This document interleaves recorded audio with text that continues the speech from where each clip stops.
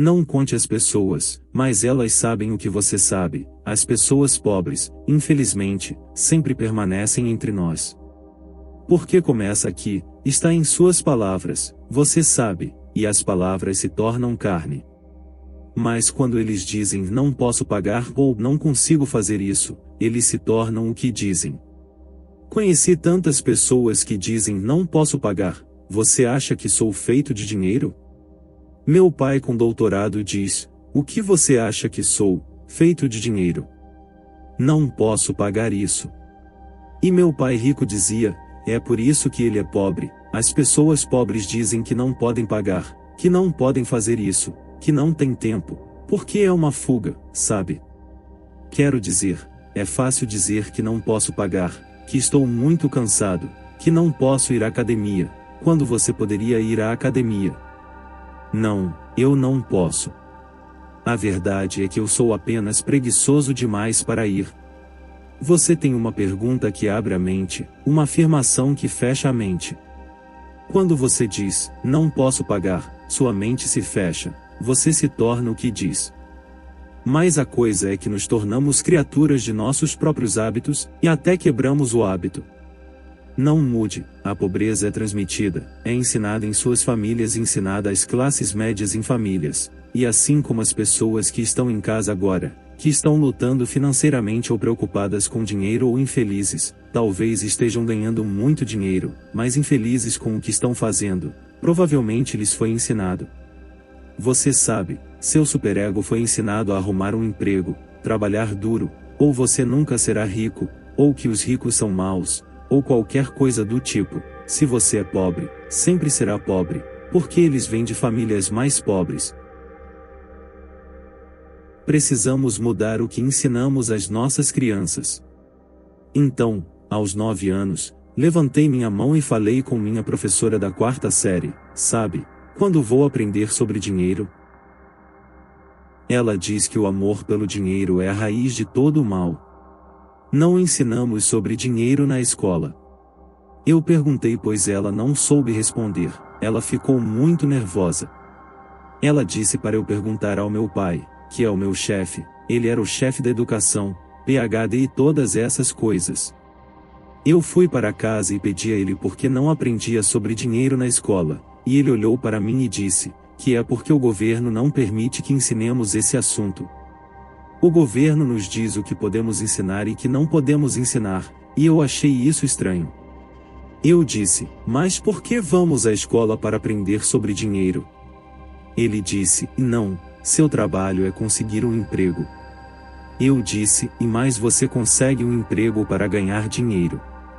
Ele disse, não, você deve conseguir um emprego, não, esse é o propósito de um emprego, ganhar dinheiro.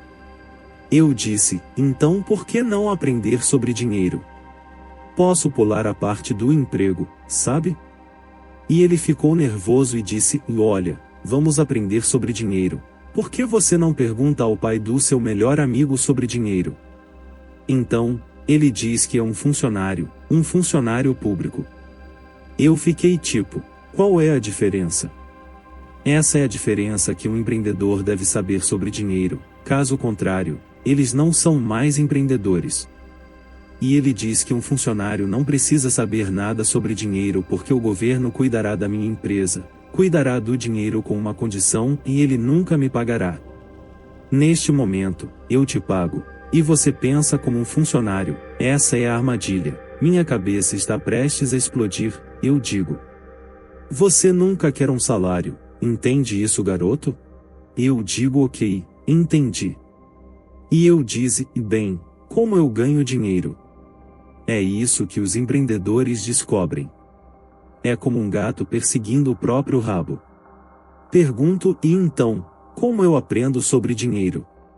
E ele apenas pega um tabuleiro de jogo de monopólio e diz, trabalhe de graça, pegue bitucas de cigarro e ganhe hotéis e restaurantes. Limpar e fazer tarefas simples. À medida que fui ficando mais velho, comecei a me interessar por trabalho de escritório, marketing e contabilidade. Basicamente, eu era um aprendiz. Ele diz que no momento em que você aceita o salário, seu cérebro desliga. Enquanto você estiver com fome, Você pensará: ele era um ótimo professor. Eles ensinam matérias que eles mesmos não praticam. Um professor falso é alguém que só quer um emprego e ensinará qualquer coisa. Eles ensinam como engraxar sapatos e você será pago com mais dinheiro, mas eles realmente não sabem o que estão ensinando. Por exemplo, meu professor de cálculo disse que ele estudou em uma escola militar em Nova York. Eu perguntei ao professor se eu ia usar aquelas coisas que eu estava aprendendo, já que estava no meu 3º ano de cálculo. Ele me disse que não. Então eu perguntei por que ele ensinava, e ele disse que era porque ele era pago. Então eu perguntei se ele usava aquilo que ensinava, e ele disse que não. Por isso, você tem que vencer na vida. Uma das coisas que eu proponho para as pessoas é que elas devem encontrar um professor real, versus um professor falso. Os sistemas educacionais estão enfraquecendo os nossos alunos, então na escola eles têm essa coisa chamada efeitos de desencadeamento da dúvida, então você como professor não pode dizer algo que possa perturbar o aluno.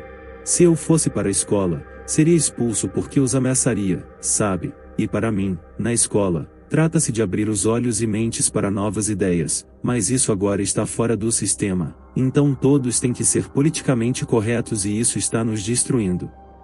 Está matando os cérebros de nossas crianças, estão regredindo, mas em suas mentes eles estão mais iluminados. Mas agora esses mecanismos de desencadeamento estão realmente enfraquecendo nossos alunos na escola. Meu sucesso vem da espiritualidade, não das finanças. Você não dá dinheiro aos pobres, o problema com isso é que isso só cria mais pessoas pobres. Se você dá um peixe a um homem, você acaba com muitas pessoas querendo mais peixe, mas se você ensina a pescar, você está antagonizando mais antissocial. As redes sociais são antissociais, essa é a parte perigosa. Por isso estou falando sobre espiritualidade, precisamos evoluir, isso significa meditação, significa yoga, significa oração, significa ir à igreja, o que é preciso, mas você precisa voltar à calma, à paz e à meditação. Um princípio geral. Próprio governo e nossos próprios sistemas bancários e pessoas de Wall Street que têm medo de cometer erros, como ensinam na escola, nunca tolerados, porque a espiritualidade é tanto boa quanto ruim, há o certo e o errado, o para cima e para baixo. A maioria das pessoas não quer estar certa, elas só querem ser positivas. Bem, você não pode ter isso não é uma realidade. Toda vez que eu falhei, foi como se dissesse, bem, o que eu aprendi com isso? E a pessoa comum, a razão pela qual eles não falharam é porque eles jogam seguro o tempo todo.